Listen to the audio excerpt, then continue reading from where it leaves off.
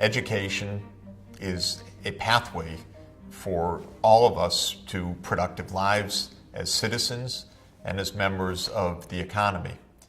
And it's a life cycle challenge for all of us to develop our capacities, our skills, our potentials from the earliest days possible, where our parents and society crucially can help give that safe environment and the health and the nutrition needed for a good start in life, to the choices that each of us make throughout our lives to continue to accumulate knowledge, to gain skills, to go through programs of formal education, on-the-job training, and continuous lifetime learning.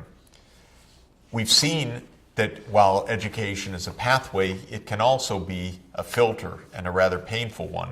If higher education is expensive, meaning that only children from affluent families are able to pursue higher degrees, and if the returns to higher degrees are themselves quite high, then that filter, the costs of higher education, can mean that education becomes a bottleneck for the poor, an amplifier of incomes for the wealthy, and yet another source for widening inequalities.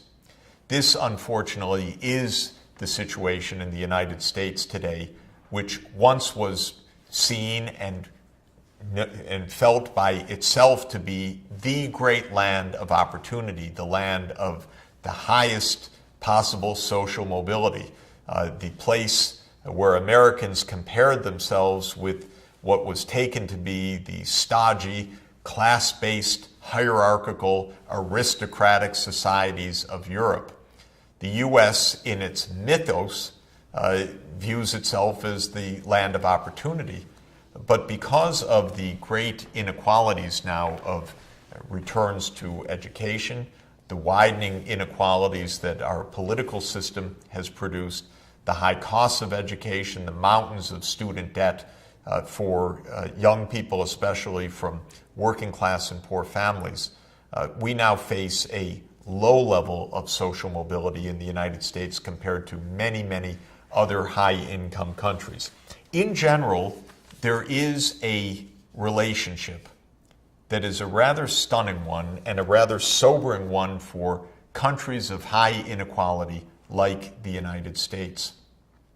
Have a look at this very, very important graph, and let's consider it in a little bit of detail to understand what it's showing us. On the horizontal axis, no mystery, that's the Gini coefficient for this group of high-income countries. And we know that the higher the Gini coefficient, a number between 0 and 1, the higher is the inequality in the society. The low inequality countries in this graph are Sweden, Finland, Norway, Denmark. At the high end of the Gini coefficient are the United States with the greatest inequality among this sample of countries, followed by the United Kingdom. So far, so clear. Now, on the vertical axis, what are we looking at? Each country is rated by a statistic which measures the relationship of a child's income to the parent's income.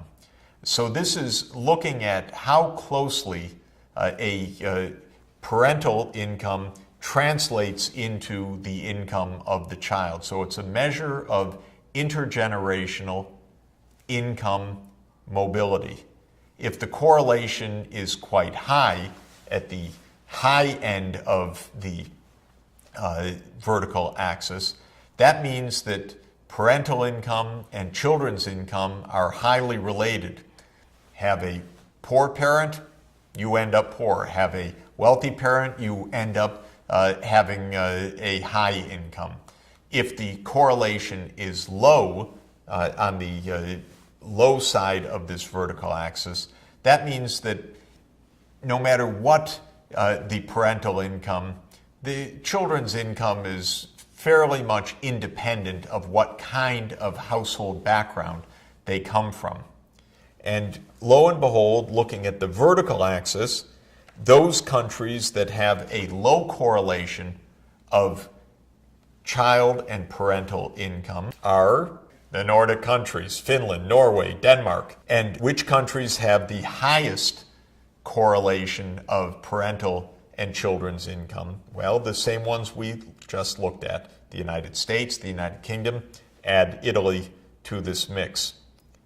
What you see is an upward sloping line. While it doesn't prove causation, it has a rather sensible narrative, one that's easy to understand. It says that unequal countries with a wide dispersion of household incomes, in other words, a high Gini coefficient, are also countries of relatively low social mobility.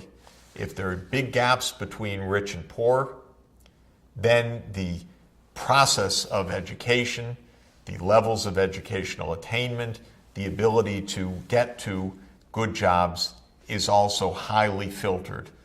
It is a track for wealthier and richer kids.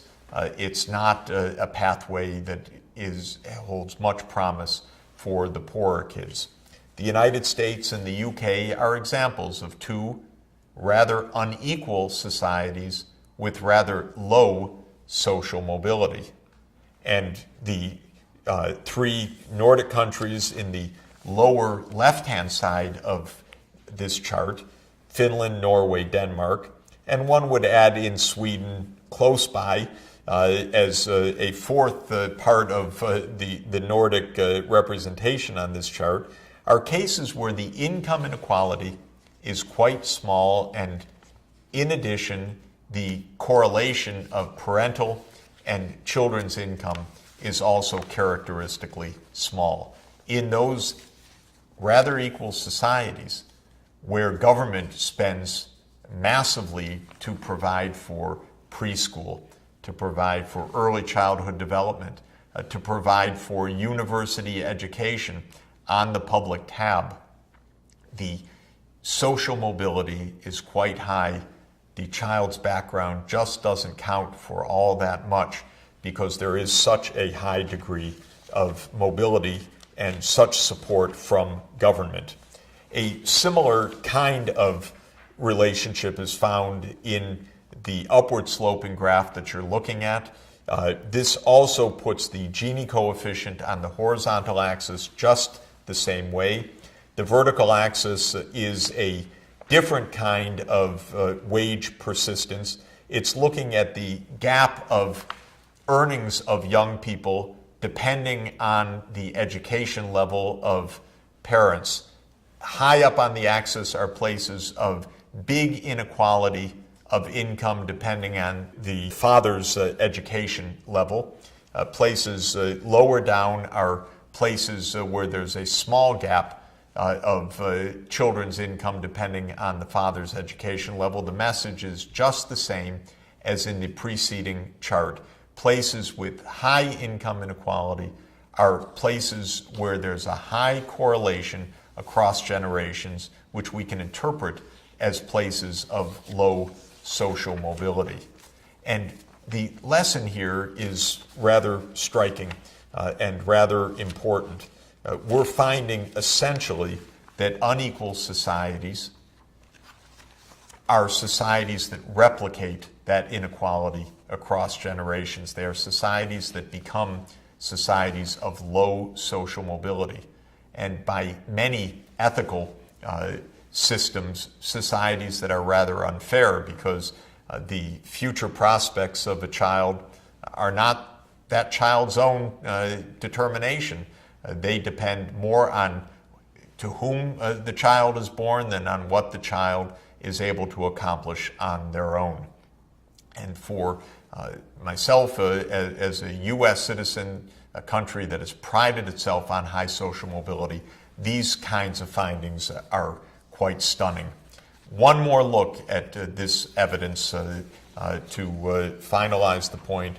In this kind of bar chart, we see a comparison of the United States and Canada. And what we see is a division of these households by decile, and looking at the probability of a son falling into a low decile or a high decile, depending on their father's income status. So have a look at children born to poor fathers, for example, which is the graph that you're looking at right now. And then you see which of these 10% categories the son falls into. So of the sons in the United States whose father is in the poorest 10% of the population, you can see in the bar all the way to the left that around 23% of those kids themselves end up in the bottom 10% of the income distribution. Another 18% or so end up in the second lowest decile of the population. And around 7% or so of those kids end up in the top decile. For Canada, you can see that it's a little bit more equal, because Canadian children that are born to poor fathers don't have the same very high proportion ending up in the poorest part of the income distribution, and have a much higher chance of ending up in the high income part of the income distribution. This is consistent with the preceding two graphs that we've looked at. It's basically saying that since Canada is a more equal society, children are less likely to follow exactly the track of their parents. Now let's look at the other end of the income distribution. Consider the kids born to high income fathers. What happens to them? Again, we can compare the unequal U.S. with the relatively more equal Canadian situation. In the United States, if a son is born to a top decile father, rich father, then you can see in the bar all the way to the right of the graph that around 27% or so of such kids end up also in the top decile. The probability that a rich father will end up with a rich son is quite high. You see that in the case of Canada, the bar just next to it, it's a much lower rate of intergenerational transmission. A top decile father, one in the top 10% of the income distribution, gives the son around a 20% probability of ending up in the top as well. Look at the other side of the income distribution. What's the chance that a son born to a top decile father ends up in the bottom 10% of the income distribution? Naturally, not all that large, but in the United States, around 3%. In Canada, around 8%. This is the flip side of the same point, that in the U.S., under our current conditions, where households track successful households, largely through educational success, university attainment, are having kids who make it to good jobs and good earnings, and poor kids not making it, you see that there is the intergenerational replication of the income distribution. The more equal is the society, generally depending on a strong role of government in ensuring early childhood development and ensuring access to quality education at all levels, then that intergenerational mobility is enhanced.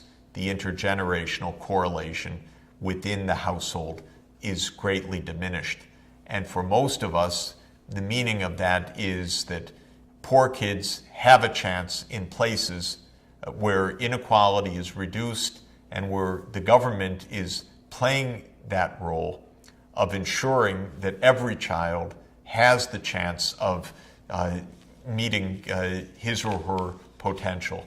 That, after all, is the whole challenge and goal of an inclusive society. It's one where individuals have responsibilities, but they need the help, especially the kids in poor households, the help of government to make it possible to achieve that goal.